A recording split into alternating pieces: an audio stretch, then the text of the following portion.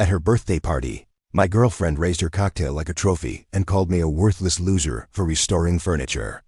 I took a breath and said, "You're right." Then I walked out, ignored her 70-plus missed call. I'm 36, and I restore custom furniture for a living.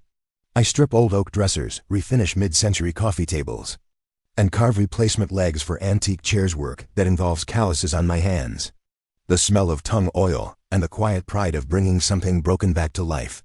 It's not the kind of job that makes you the envy of a Portland cocktail party, but it pays the bills, and I love it.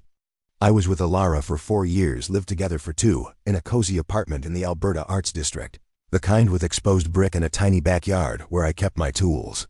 Her name wasn't on the lease. I had the steady income from repeat clients, but she called it our place anyway. She worked in marketing for a luxury skincare brand, the type that sells $80 serums in frosted glass bottles and posts self-love quotes on Instagram while turning up their noses at anyone who doesn't have a prestigious career. She talked a lot about brand alignment and networking capital, like our relationship was just another checkbox for her curated life. Her 34th birthday party was supposed to be a nice night. I spent all Saturday morning hanging string lights around the backyard, picking up catering from Hazel and Sage, her favorite farm-to-table spot. She raved about their roasted butternut squash salad, and hiring my friend Javi to mix craft cocktails. I dropped $1,300 on the whole thing. Worth it, I thought, if it made her happy.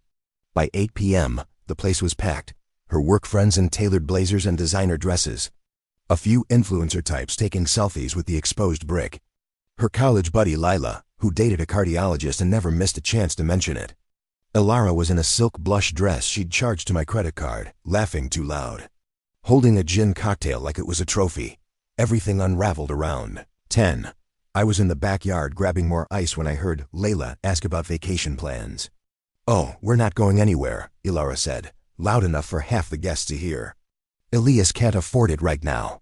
I walked out, ice bucket in hand. "Actually, I suggested a cabin trip to Mount Hood next month," I said. "You said you wanted Tulum, remember? That's why we can't swing it, with your Mercedes lease and all." Alara rolled her eyes, like I just admitted to collecting socks with holes. Her friends snickered. "A cabin?" she said. "Seriously? No room service, no beach, just trees, and wood? That's your idea of a vacation?" I should have walked away. Should have grabbed my keys and left right then. But I was tired of her acting like my job was a punchline.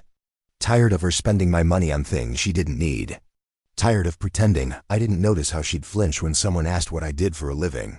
"It's what we can afford," I said, quieter now. "If you want to keep that Mercedes, we can't do Tulum." That's when she snapped.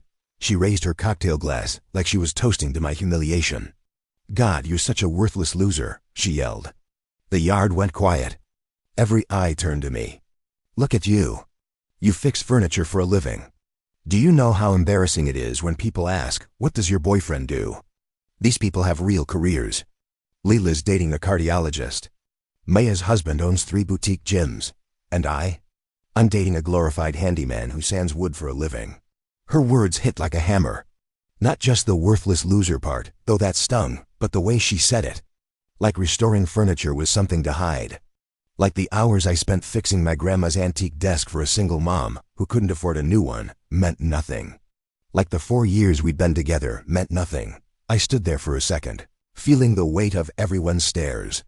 Then something inside me snapped, not in anger, but in relief. Like chains I didn't know I was wearing had fallen off. "You know what?" I said, my voice steady. "You're absolutely right." Alara blinked. She looked surprised, like she'd expected me to beg, to cry, to apologize for being not good enough. "What?" she said. "You're right," I repeated. "I am a worthless loser to you. So I'm not going to be that anymore." I turned and walked to the bedroom. Kian had texted me earlier, "If you need a place, my garage apartment's free." I grabbed my wallet, phone, and a duffel bag with a few clothes. Alara followed, yelling, "Where are you going? Don't be dramatic." "Elias, Elias."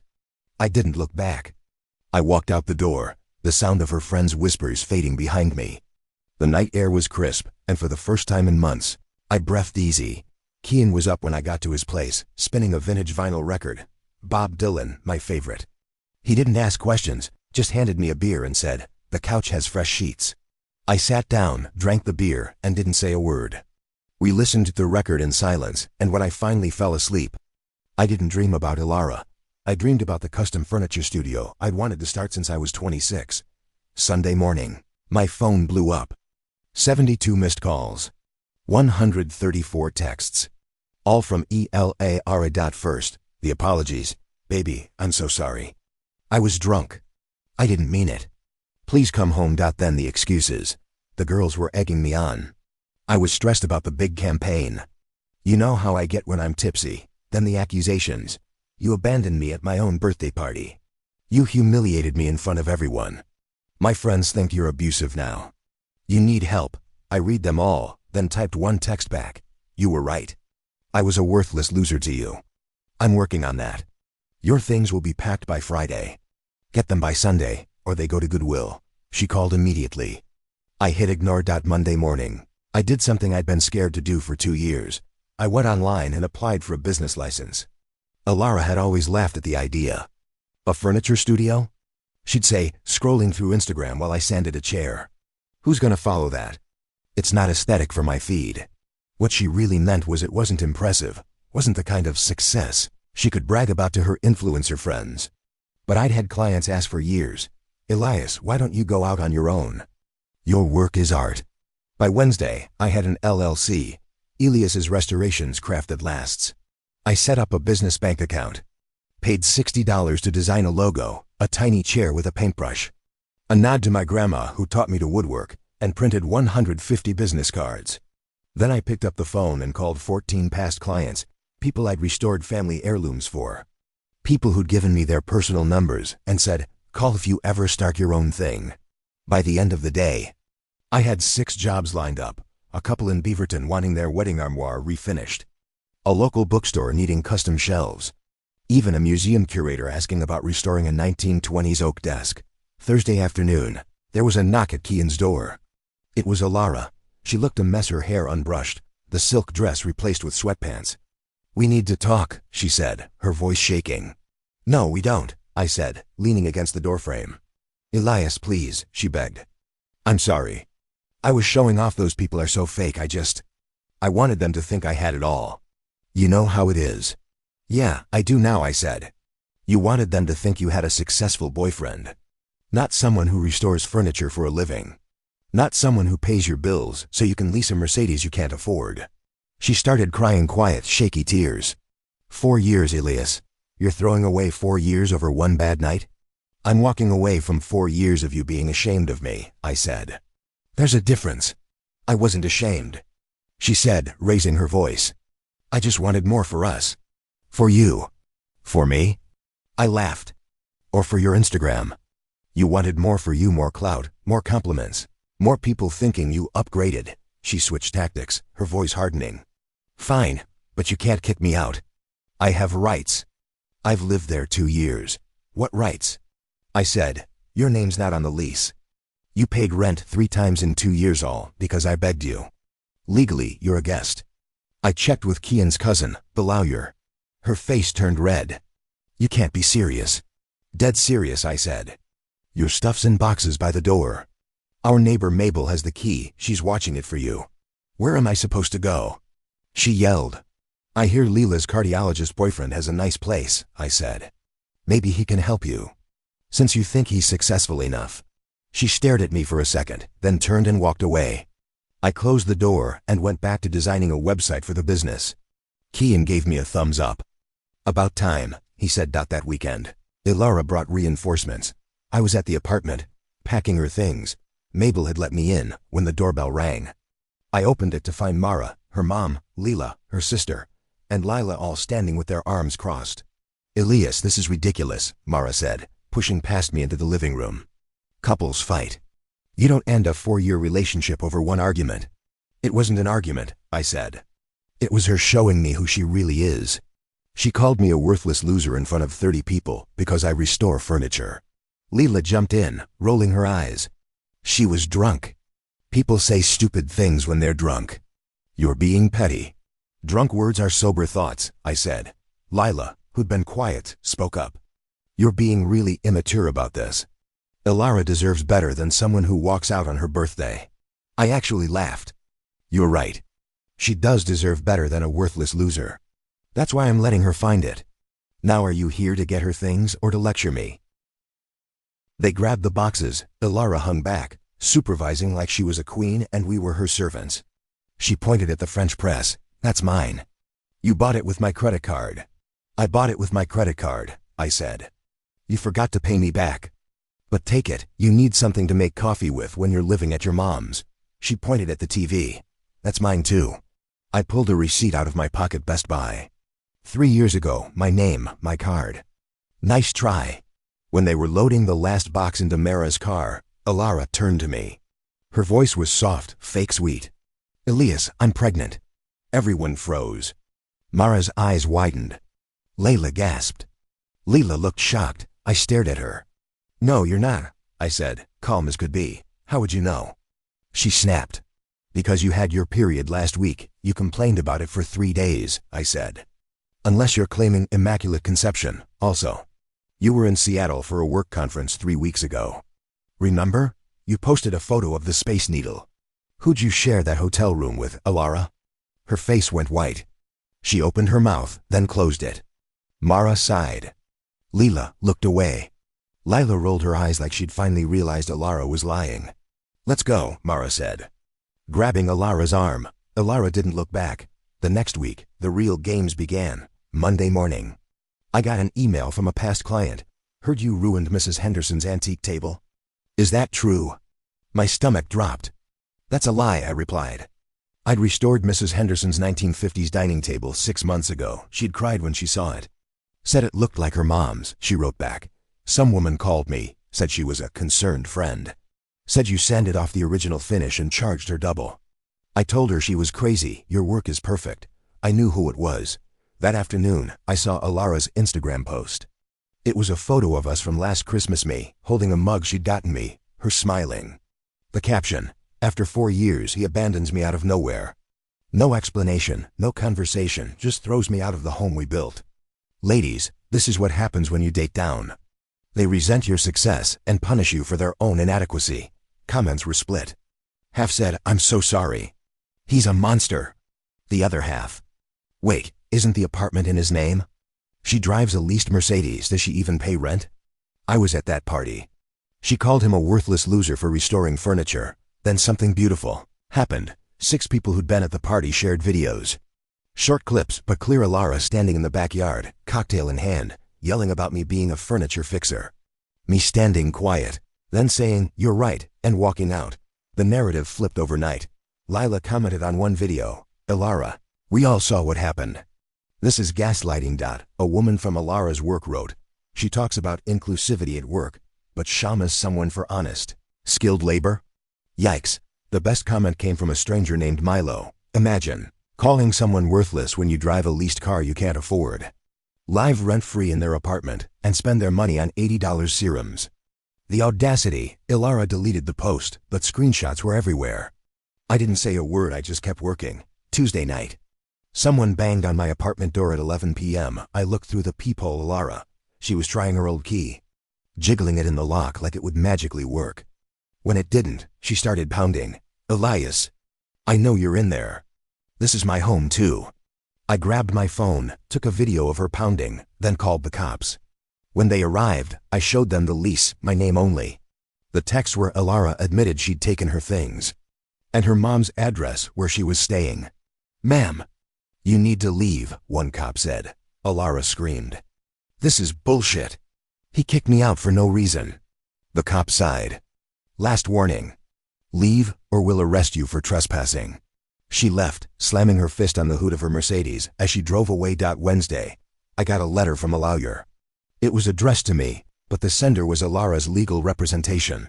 Inside, a demand for $15,000 for unlawful eviction, $8,000 for emotional distress, half the value of the apartment's furniture, and 2 years of retroactive rent credit for the rent she didn't pay.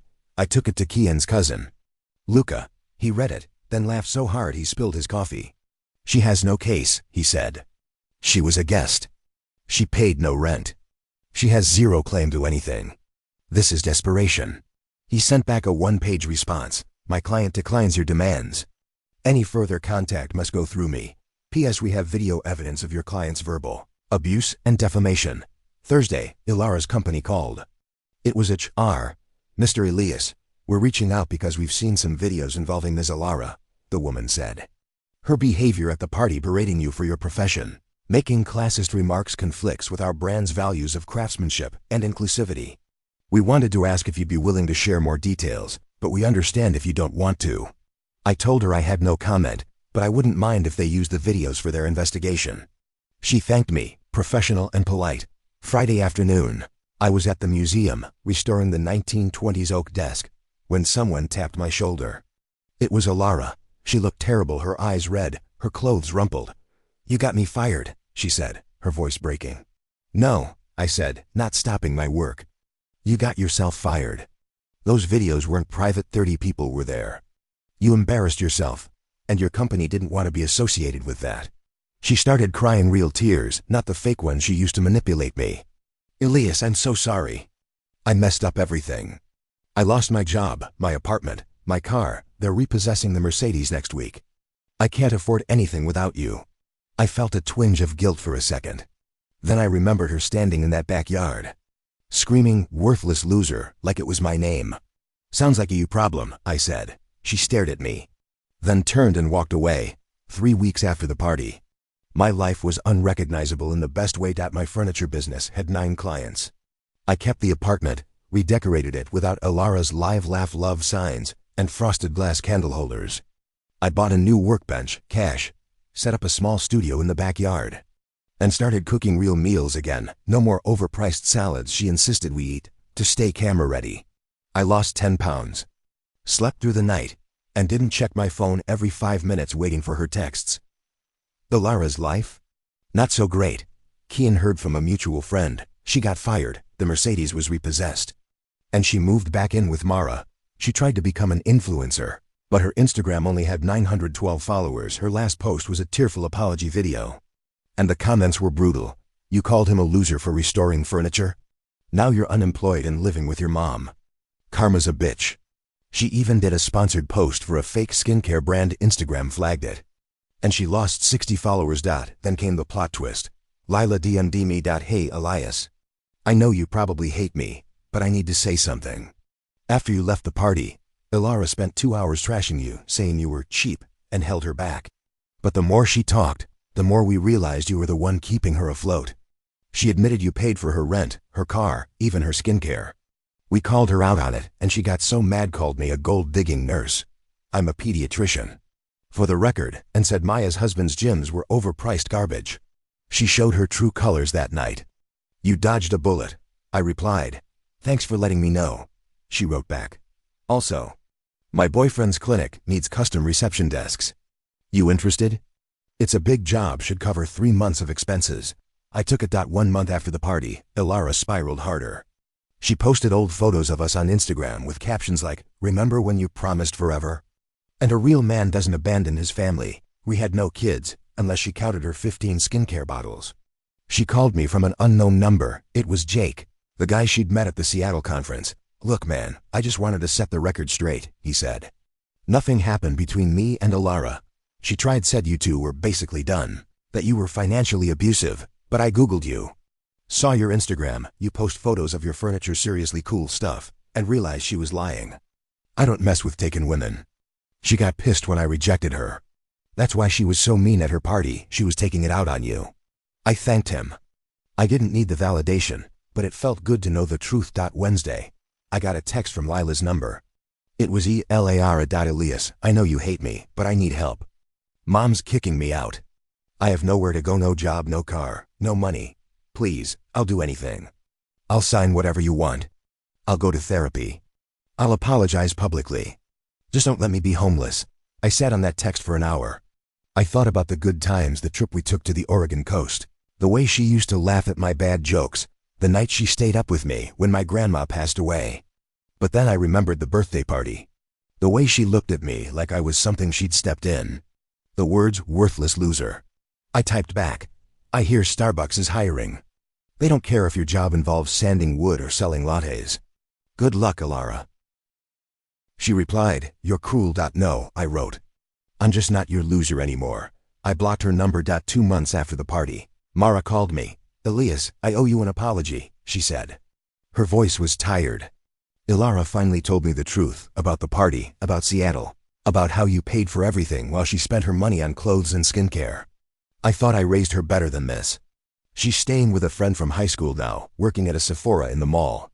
Still acting like a victim, even though everyone's seen those videos. It is what it is, I said. I wanted you to know. I see it now. You're a good man. You deserved better. I thanked her and hung up. It felt like closure. Last week, I bought a utility van, cash, no loan. It's a gray Ford Transit, with my logo painted on the side. Elias's Restorations Craft That Lasts. I hired my first employee, a kid named Jude, 20, right out of trade school. He reminds me of myself, eager to learn, proud of his work, not afraid to get his hands dirty. Yesterday, I saw Ilara at a grocery store. She was driving a 2001 Toyota Corolla with a dented bumper. She saw me, froze, then started to walk over. But then she looked at the van, the logo, the Elias's Restorations decal, and stopped. She turned around and got back in her car. Kian asked me later if I regret anything. Regret what? I said, regret leaving? Regret not giving her another chance? I shook my head. She said I was a worthless loser. I believed her for a while. But then I realized worth isn't about what your job is, or how much money you make, or if you're impressive for Instagram. It's about showing up, doing honest work, and treating people with respect. I was worth that all along. She just couldn't see it. Kian nodded. You're better than good, man. I am. This morning, I got a text from an unknown number. Heard you're doing well. I'm happy for you. I know I messed up. I learned my lesson. I read it once, then deleted it. Some lessons people have to learn alone. I have a business to run, a van to drive, furniture to restore. And for the first time in years, I don't have to be anyone's loser. I'm just Elias, and that's more than enough.